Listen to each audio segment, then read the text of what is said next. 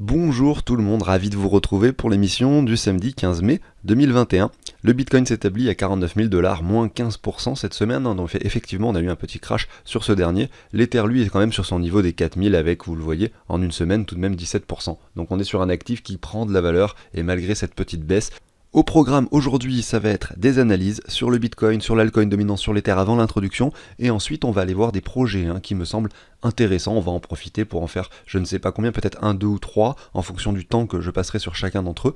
Et on commence maintenant avec la vue mensuelle du Bitcoin. Regardez ici, on est sur plusieurs mois haussiers et c'est seulement, regardez, depuis 2 mois qu'il ne se passe pas grand chose. Même lors du mois précédent, on avait eu cette petite bougie rouge avec ce marteau que vous visualisez ici, avec cette baisse de 22%. Aujourd'hui, on s'établit à peu près au même niveau, on a une mèche un petit peu plus profonde, mais malgré tout, ça reste assez modéré, et si on va voir donc du coup le bull run précédent, ça c'est quelque chose qui est intéressant d'analyser. Je zoome un petit peu, regardez ici, on avait cassé la TH et on a fait, donc avant qu'il y ait cette bougie de purge en mensuel, il y avait eu environ, donc on va regarder la temporalité et les pourcentages.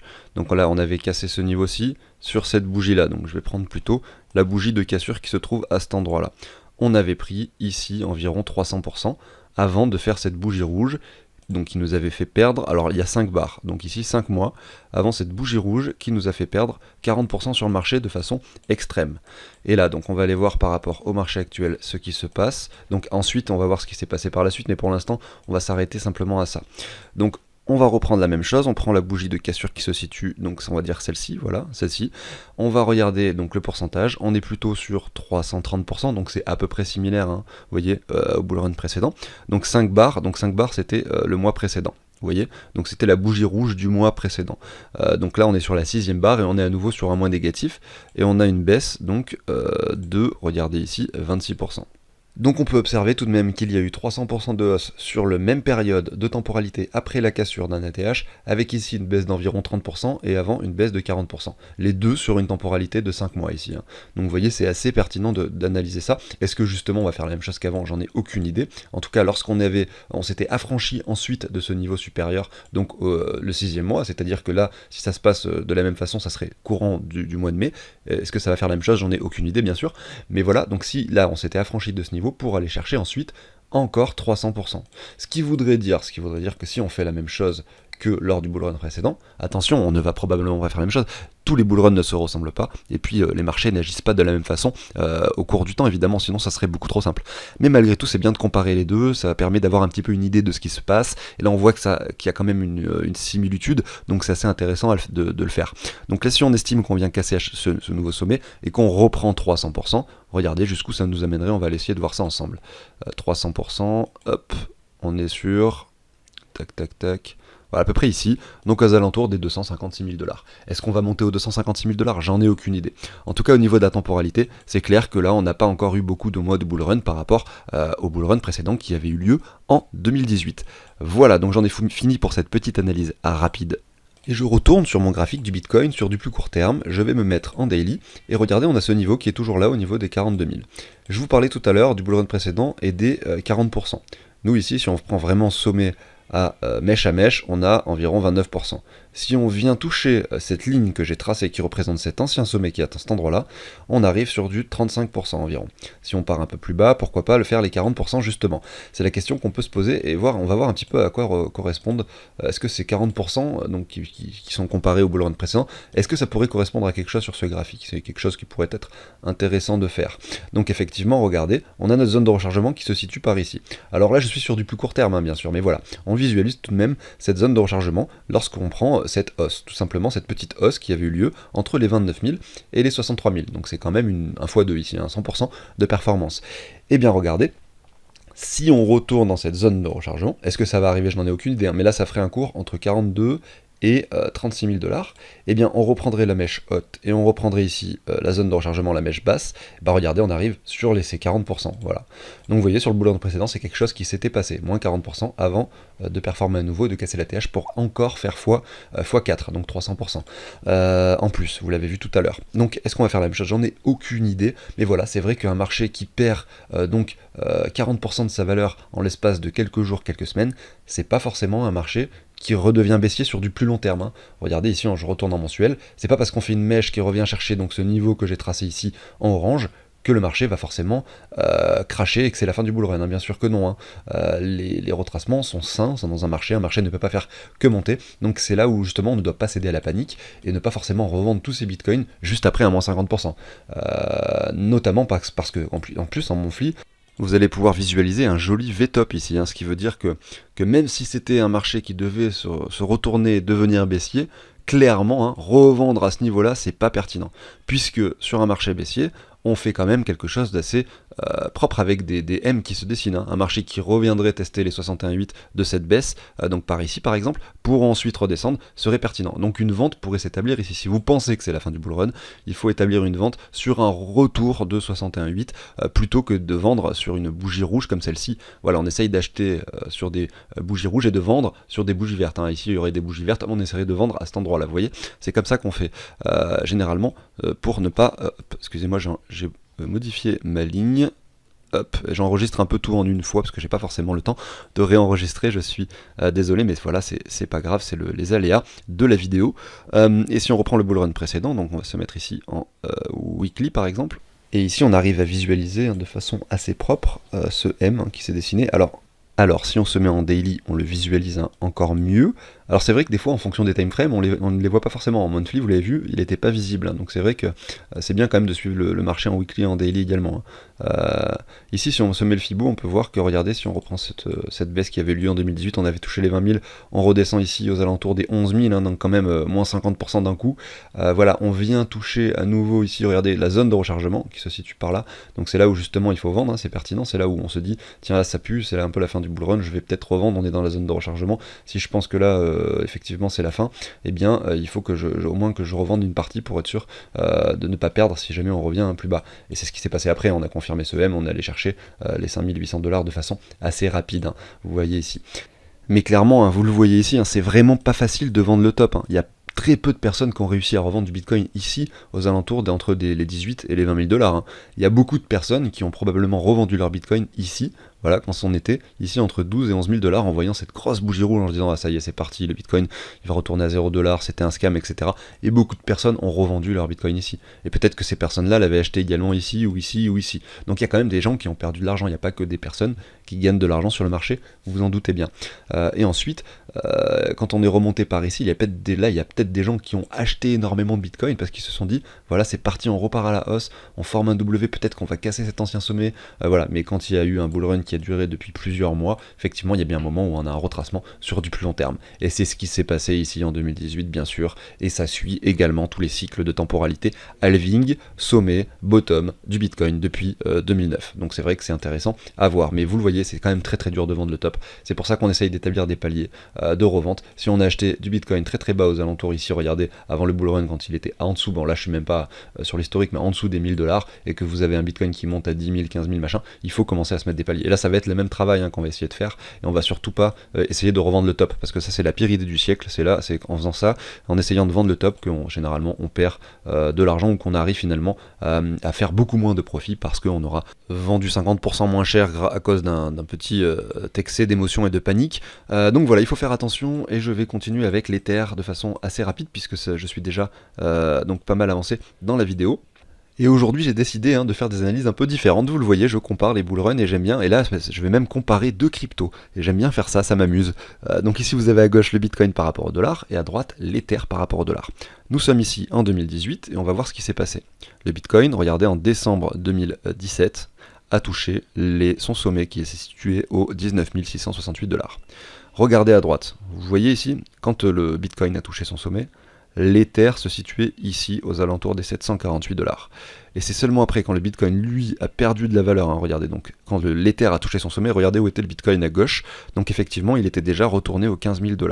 Donc on avait une latence et une différence entre les deux sommets qui ont été atteints entre ces actifs. Et ça c'est assez intéressant à constater, on pourrait avoir quelque chose qui refait un petit peu quelque chose de similaire. On l'a vu, le Bitcoin a beaucoup performé de novembre à janvier, et ensuite c'est l'Ether qui a pris plus de valeur que le Bitcoin. Donc vous l'avez vu sur le graphique de l'Ether par rapport au Bitcoin que je vous passe régulièrement, hein. Et donc c'est vrai qu'il y a toujours une latence sur l'Ether qui représente, on va dire, la grosse majorité de la capitalisation des altcoins, et on le voit quand l'Ether performe, les autres altcoins performent, hein. En 2020, de septembre à décembre, quand le Bitcoin a performé, eh bien l'Ether et les altcoins ont tous fait la même chose, c'est-à-dire ont sous-performé par rapport au Bitcoin et ont pris un peu de valeur par rapport au dollar, mais c'était pas de la folie. Et à partir du mois de janvier, c'est l'inverse qui s'est produit. Le Bitcoin a ralenti, il est passé de 62 000 ici aujourd'hui à 50 000, je sais plus combien, et les altcoins ont énormément performé. Hein.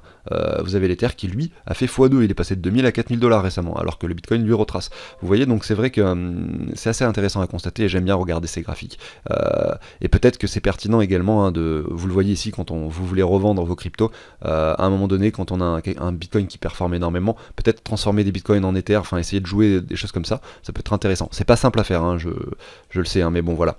Et je pense que sur la chaîne, hein, j'essaierai de faire plus d'analyses comme ça, en comparant des choses, en regardant des graphiques sur l'Ether par rapport au Bitcoin, puis l'Ether par rapport au dollar, en regardant les altcoins également. On essaiera de faire ce travail plus souvent, hein, sur la chaîne. Voilà. Donc n'hésitez pas au passage, hein, à vous abonner, à liker si le contenu vous plaît, à activer la petite cloche pour ne pas manquer les émissions quotidiennes.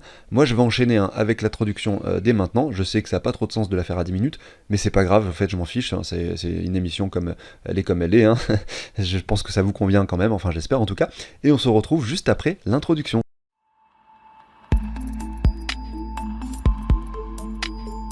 Alors avant de vous parler, hein, de projets qui selon moi ont du potentiel, qui d'ailleurs j'ai pu découvrir également des fois à travers des commentaires que vous me faites et les projets dont vous me parlez également dans les commentaires, donc c'est aussi grâce à vous, eh bien je vais vous parler aussi rapidement du tableau que je vous partage sous l'échange d'une donation.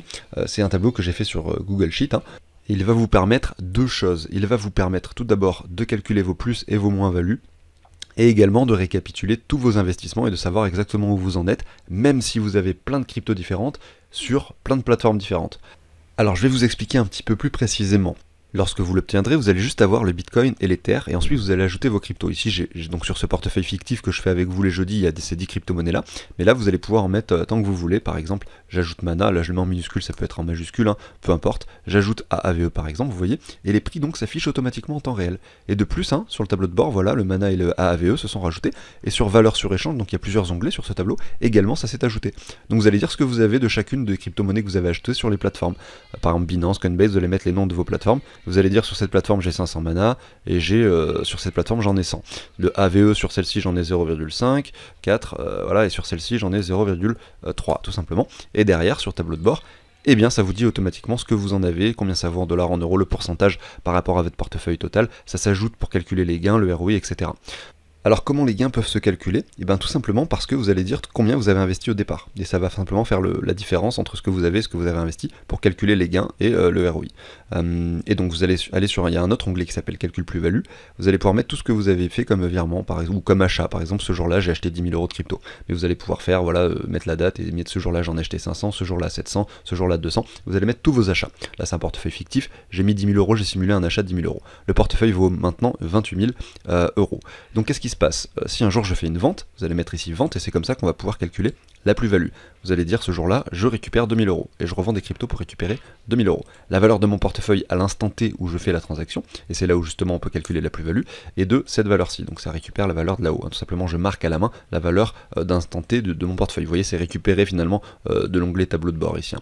Bref, vous avez compris, et derrière ça vous calcule la plus-value et même le total des plus-values. Hein. Donc par exemple, si ensuite je le refais une vente ici 2000 euros, donc à une autre date, hein, 2 semaines plus tard, je récupère à nouveau 2000 euros et que mon portefeuille, donc il vaudra plus exactement ça, peut-être que ça vaudra, admettons 3536, hein, je fais comme si là, ce chiffre-là, là-haut, changeait, donc voilà, le portefeuille ne vaudra pas la même chose. Et bien voilà, donc vous avez également la plus-value, les deux s'additionnent et vous l'avez ici. Donc effectivement ça va être facile pour vous de récupérer toutes les plus-values que vous allez faire par exemple, ou les moins-values en 2021. Et si vous avez encore effectivement les données pour 2020, également pouvoir le faire pour l'année précédente, même si ça va être beaucoup moins facile bien sûr. Voilà, c'est à ça que sert le tableau et c'est à vous de vérifier que ces calculs bien sûr correspondent à vos attentes. Là j'ai fait quelque chose d'assez rapide, mais il y a un tutoriel vidéo avec le tableau qui vous est fourni et qui explique vraiment tout en détail. Vraiment ça explique tout en détail et vous allez avoir vraiment toutes les informations nécessaires pour comprendre l'intégralité de ce fichier. Malgré tout, voilà, et pour finir simplement, le total investi du coup est modifié en fonction des ventes et des achats que vous faites et ça se reporte ici pour vous calculer les gains et le ROI. C'est comme ça que ça se passe ici. Là ça récupère la valeur de cet onglet calcul plus-value qui se trouve ici, qui finalement dépend de ce que vous entrez sur les achats et les ventes. Voilà, je pense que vous avez compris, j'en ai fini avec ça et on va continuer avec la suite. Et je vais commencer à vous parler de la crypto-monnaie vite, et je vais vous expliquer un petit peu le projet, parce que je suis allé voir leur site internet, et on va la voir également son graphique de façon assez rapide. Alors regardez, si je me mets sur maximum, on peut voir qu'il a quand même beaucoup performé. Ici en novembre 2020, il était sur environ 1,6 centimes. Il a touché ici les 32 centimes, donc ça fait quand même quasiment x30, pour s'établir désormais ici aux alentours des 17-18 centimes. Est-ce qu'il y a encore un potentiel de hausse? Probablement. Est-ce que là on a fait un petit retour au 61,8? Peut-être, on va aller voir graphiquement tout ça juste après. Ceci étant dit, de quoi il s'agit? Alors, et pourquoi est-ce que ça a pris autant de valeur? Est-ce qu'il y a vraiment quelque chose d'intéressant derrière? Capitalisation de marché 114 millions ici, vous voyez. Offre en circulation, on est sur 61% des tokens qui ont été émis. Voilà, on a un cours donc 19 centimes, je vous disais 17, mais en fait non, c'est 19. Il est classé 361e. Et je suis allé voir leur site pour voir ce qu'ils proposent. Et donc ils proposent des bridges, donc des ponts entre les blockchains. Et ça c'est quelque chose en fait dont on a vraiment besoin. C'est-à-dire que aujourd'hui, si vous avez de l'argent sur la Binance Smart Chain ou sur le réseau d'Ether, vous allez avoir des bridges qui vont vous permettre tout simplement de passer de l'un à l'autre. Vous allez être sur MetaMask, vous allez avoir votre réseau d'Ether, vous allez avoir donc votre Binance Smart Chain que vous avez configuré, votre réseau de Matic que vous avez configuré, et vous voulez envoyer des Ethers d'une blockchain à l'autre. Et bien vous allez pouvoir, grâce à certains projets qui ont effectué des bridges. C'est plus ou moins facile à utiliser, plus ou moins simple, et vous avez forcément pas toutes les cryptos des fois qui peuvent être transformées dans les bridges. Et donc c'est bien en fait, le projet, en fait l'idée c'est d'avoir quelque chose qui permet de faire ça, de passer de blockchain entre les blockchains, probablement d'avoir beaucoup de cryptos qui peuvent être transférés de l'une à l'autre, et c'est vrai que donc c'est relativement intéressant et relativement utile. Aujourd'hui quand vous allez sur la finance décentralisée et que vous voulez établir et faire des actions sur le réseau d'Ether, les frais sont tellement élevés que pour quelqu'un comme vous et moi qui n'avons pas forcément des dizaines de milliers de dollars, et ben on va pas payer 30 dollars ou 50 ou 100 dollars de transaction à chaque fois. Donc c'est bien de passer par exemple sur le réseau de Matic, qui lui propose des frais de transaction inférieurs à 1/100 de centime, donc vous imaginez un peu le truc, vous allez faire 100 transactions que vous allez même pas dépenser 1 centime finalement, donc c'est quand même un truc de fou. Et bien vous allez pouvoir, grâce à ces bridges, transférer l'argent d'Ethereum à Matic pour pouvoir enfin accéder à la finance décentralisée. C'est déjà le cas, c'est déjà possible grâce à certains projets qui permettent de faire ces transferts de bridge, mais c'est encore relativement compliqué et pas forcément accessible à tout le monde. Donc je suppose que si un projet réussit à le rendre accessible et beaucoup plus simple, je suppose que ça va forcément devenir quelque chose de beaucoup plus important et de beaucoup plus utilisé. Voilà, donc ils ont un white paper concernant les bridges que vous pouvez regarder. Vous avez donc le site, vous pouvez aller sur CoinGecko, tout simplement marquer vite et aller voir leur site. Et en attendant, nous on va commencer à regarder les graphiques. Alors il a déjà beaucoup performé, on le voit ici, il était comme je vous le disais tout à l'heure à 1,2, 1,5 centimes, et là maintenant il est à 18 centimes, donc il a même touché ici les 35-36 centimes. Donc effectivement il a déjà pas mal retraçant, et si on est sur quelque chose qui performe par la suite, on pourrait sans problème se mettre des paliers. Ici regardez, vous aviez les 38,2, les 0,5, les 0,6 qui ont été touchés. Pourquoi pas essayer donc d'acheter un peu sur le niveau actuel, pourquoi pas essayer de jouer encore des paliers plus bas. Peut-être que nous reviendrons, qui sait, dans cette zone de rechargement un peu plus profondément, notamment si on dessine ce M, attendez, qui serait représenté, attendez je vais essayer de mettre ça en ligne, voilà ce M que vous visualisez ici. Si jamais on le confirme, on pourrait très bien venir au 78,6 de façon assez rapide pour peut-être derrière commencer à dessiner des W derrière. Donc selon moi, si je devais investir, j'essaierais de mettre des paliers là, d'acheter par exemple un palier au cours actuel, essayer de se mettre un niveau 61,8 aux alentours des 14-15 centimes et pourquoi pas plus bas ici aux alentours des 9 centimes environ. Et je vais enchaîner et finir cette vidéo avec Kava.io, c'est une crypto-monnaie qui concerne la finance décentralisée. Et contrairement à d'autres cryptos de finance décentralisée, elle n'a pas encore énormément performé. On a vu un SNX qui a fait x20, x50 cette dernière année, on a vu AAVE qui a fait, alors je sais même pas fois combien, mais si on regarde par rapport à 2019, on est sur du x100 ou quelque chose comme ça.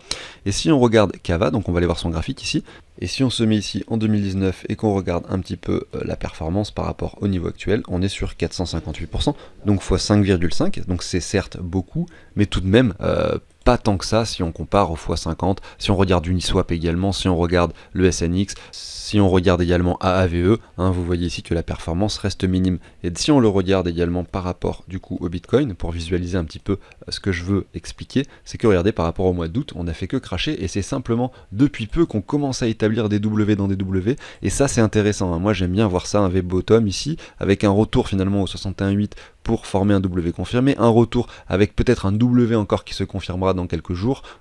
C'est une affaire à suivre, hein, bien sûr. Et pourquoi pas, hein, si derrière, c'est souvent comme ça que ça se passe, hein, on met du temps à se construire. Une fois qu'on s'est construit, bim, ça peut partir très fort et très vite. Hein. Donc c'est une affaire qu'on suivra, bien sûr. Si j'en reviens sur le site, de quoi il s'agit, il parle donc d'une plateforme de DeFi spécialisée pour les institutions, donc il y a peut-être quelque chose qui les différencie un petit peu. Il parle, regardez ici sur leur application, ils ont des petits extraits, on peut voir que l'on peut tout simplement déposer de l'argent pour avoir des intérêts annualisés. On peut faire également du lending, donc c'est vrai que ça ressemble à d'autres plateformes. Je pense que c'est bien, la concurrence n'est pas mauvais dans ce domaine, puisque moi personnellement, quand je mets de l'argent pour faire du earning ou du farming sur des plateformes, j'aime bien diversifier et ne pas mettre, par exemple, si je veux mettre 10 000 euros, je vais pas mettre 10 000 euros sur la même plateforme, je vais essayer d'en mettre 1000 sur l'une, 1000 sur l'autre, 1000 sur encore une autre, et diversifier comme ça. S'il y a un problème avec un protocole ou un pool par exemple, eh bien au moins je suis couvert sur 9 dixièmes de mon investissement, et c'est pas les 10 qui vont foirer en même temps, bien sûr. Et c'est comme ça qu'on limite également son risque. Ça marche dans la diversité des cryptos que l'on possède. Ça marche également quand on veut investir et on veut utiliser des plateformes centralisées par exemple et des échangeurs centralisés, donc on va utiliser Binance, Crypto.com, on va utiliser Kraken, voilà, on en utilise plusieurs tout simplement pour limiter le risque si jamais il y en a une qui foire également.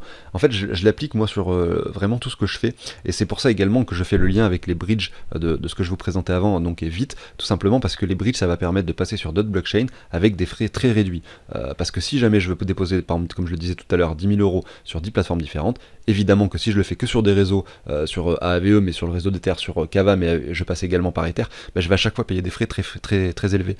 Et donc le fait, hein, grâce au bridge, de pouvoir passer d'une blockchain à l'autre et de pouvoir profiter de la finance décentralisée avec des frais réduits, ça nous permet également de diversifier les plateformes de earning que l'on utilise. Enfin voilà, c'était un petit point global sur ce projet que je voulais vous faire. Et vous voyez ici le graphique qui selon moi reste très pertinent. Et c'est pour ça que je vous montre ce projet. Je pense que là, regardez, si on voit ça, je ne serais pas étonné que par rapport au Bitcoin, si enfin on confirme ce W, il va falloir regarder et rester attentif là-dessus. Pourquoi pas avoir une performance assez intéressante pour revenir, si on reprend déjà dans un premier temps, si on reprend finalement cette baisse, revenir dans un premier temps sur une hausse par rapport au Bitcoin ici, qui s'établirait environ à 200, donc x3 par rapport au Bitcoin, et qui sait, pourquoi pas beaucoup plus par rapport au dollar si le Bitcoin continue à monter.